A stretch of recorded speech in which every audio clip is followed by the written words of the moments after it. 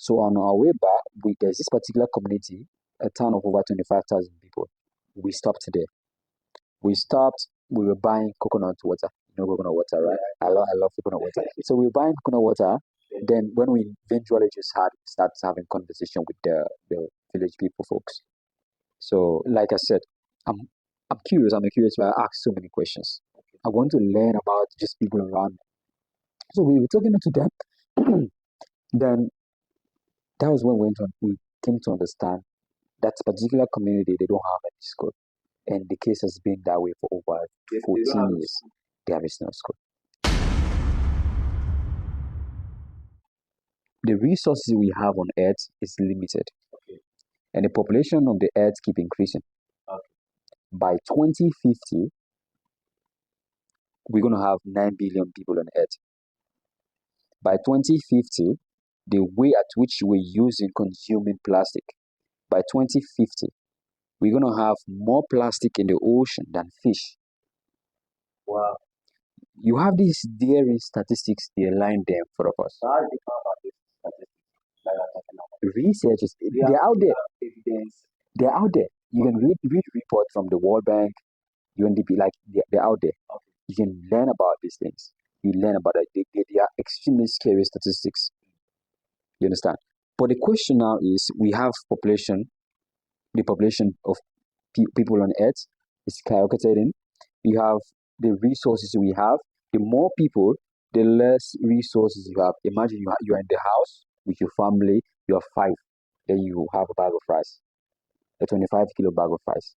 If you are 2, the amount of time you use that bag of rice, you can use it for like 4 months, 5, 6, 7 months. Now imagine that same amount, 25-kilo bag of rice, then you have 10 people.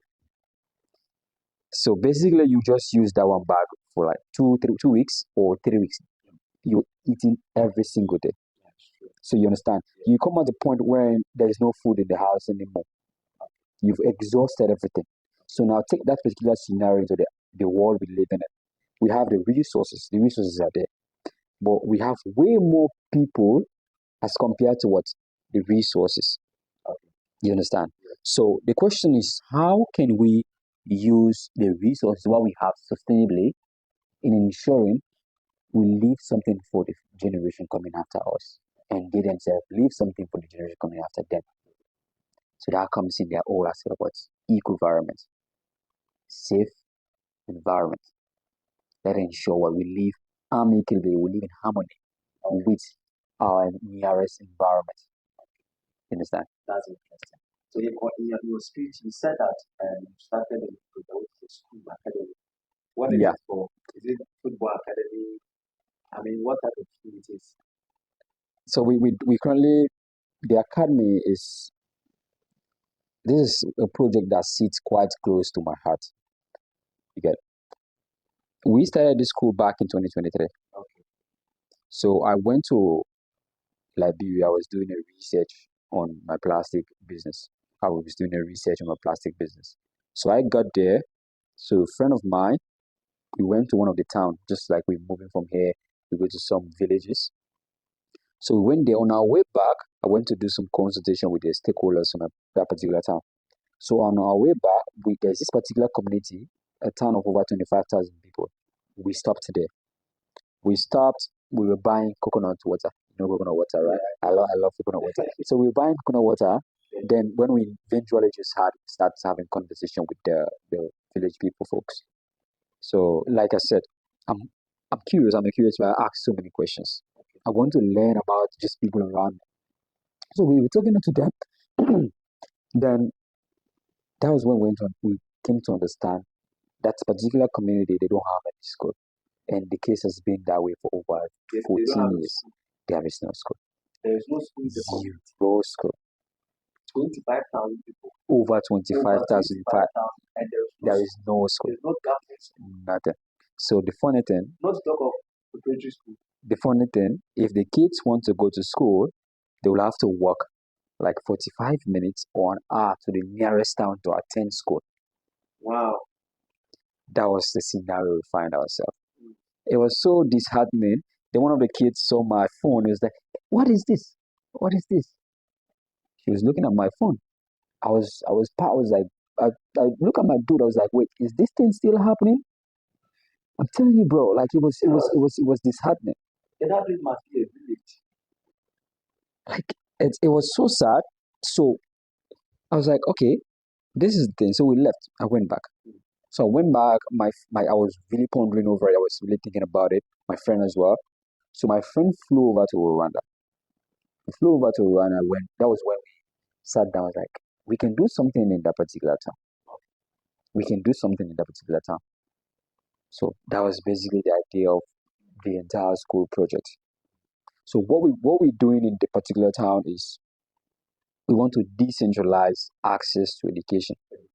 It doesn't matter where you came from, whether you're from the village, or whether you're from the city, or whether you're from the peri-urban towns. The same access people from the city have in terms of education. You from the village, you should have that particular access as well. It's not only education, but it should come with certain values. It should be of what? Quality.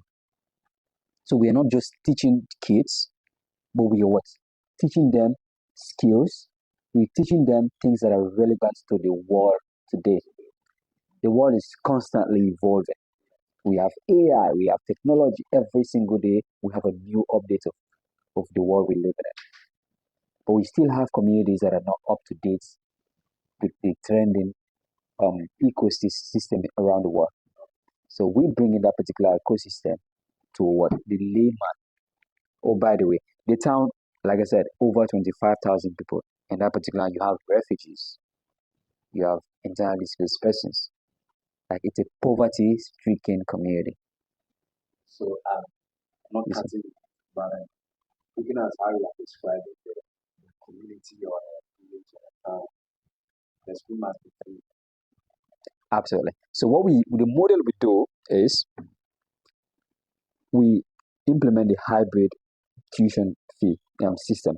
So that is basically every year we award 100 scholarships to the children, to the youth that needs it the most. That is the scholarship aspects. And for those, some of them, they can afford something.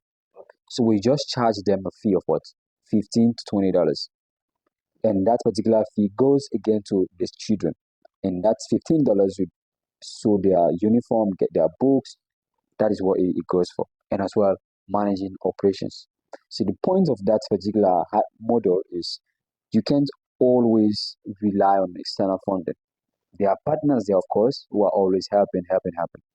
But if somebody is helping you, you need to stand, they need to meet you standing. Yes. Then they can hold your hand and walk with you. You understand? So, okay, we need to develop systems that can cater for the school expenses. The school just should be able to cater for its own expenses, where we reach out to international partners to come and help us expand our impact and our projects. What is the name of The Borkeys Town. Borkeys Town? Borkeys Town. So it's located like 2-3 hours drive from the capital, Monrovia. Borkeys Town, Liberia. Liberia, yeah. Okay. In your speech, you said you are seeking to have support from other companies or any funding organization that there are some, I don't know much about that, how this funding is being done. But then in Ghana, especially with regards to secondary cycle or secondary school and even tertiary, sometimes start as a private education. But by the time you realize going for support, going for sponsorship and funding, the government can decide to step in. And when the government steps in, eventually it becomes a government school where the government takes it. And so then I want to ask, I'm curious about this question. I want to find out. You are looking for support. Is there, let's assume that right now an organization comes in and says that, you know what, we want to take over, like we want to give you money, billions of dollars millions of dollars, invest in the school. Now the school becomes big, everything becomes so large, serene environment, and everything is so perfect. And they decide or they want to take over the school. What is going to be your reaction, or how are you going to do it? Are you going to just let them take over the school, or maybe when the government sees it and the government decides to come in and make it a government school?